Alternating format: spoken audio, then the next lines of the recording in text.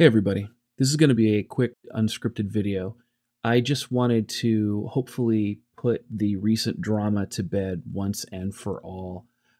As you guys know, recently I've been the subject of numerous false doxing allegations from VampKandy, Cognitive Thot, The Guardian, and a bunch of Spergs who hang out with them on live streams, social media, YouTube comments, pretty much anywhere where they could run their mouth.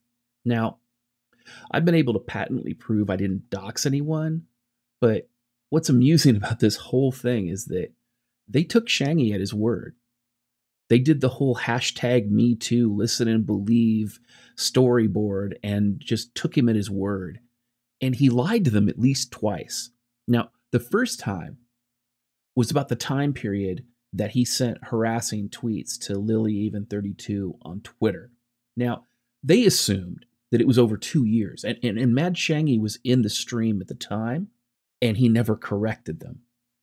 When anybody could have looked at LilyEven32's Twitter account and have seen that she had just recently joined Twitter in October 2017, which means the February that she received the tweets, I think it was a course of 10 days, something like that. Anybody could have seen that it wasn't 2 years. It was like 2 weeks.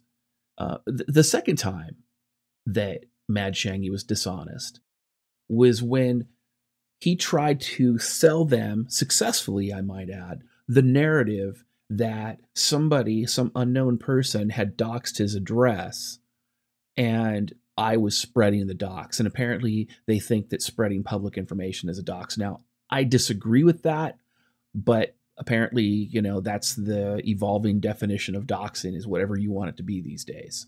So the funny part, though, is that even though Shangi sold him this lie, he knew it was a lie when he sold it to him, because, you see, he doxed himself in a live stream.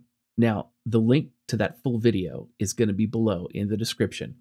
And it's pretty long, but the pertinent part you're going to want to pay attention to is about 1 hour and 29 minutes to about 1 hour and 33 minutes max. I have the relevant part clipped in here. Check it out. Unreal. Did you do that, David? Are you all butthurt over there? You want to kick my arse?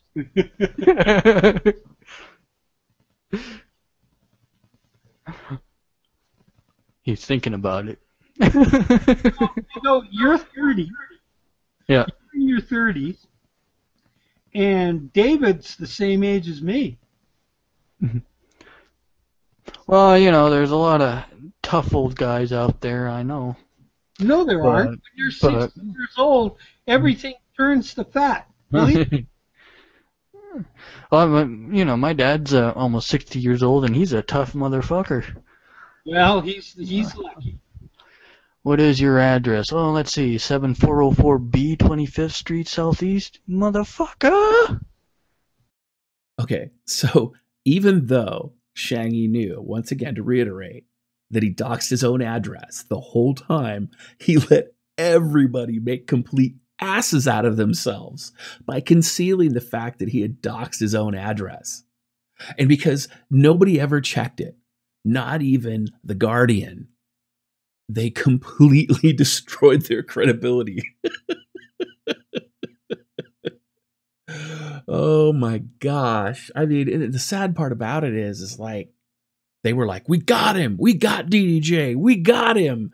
And I'm like, okay, if you say so. But here we are. Your entire narrative is gone. In order to have a doxing conviction, so to speak, you have to have a doxing victim. The reality is that Shangi doxed his identity, his name, and he doxed his own address online. There's no doxing here. So without a victim, you have no doxing. So at this point, I'd like to give everybody a chance to be ethical people.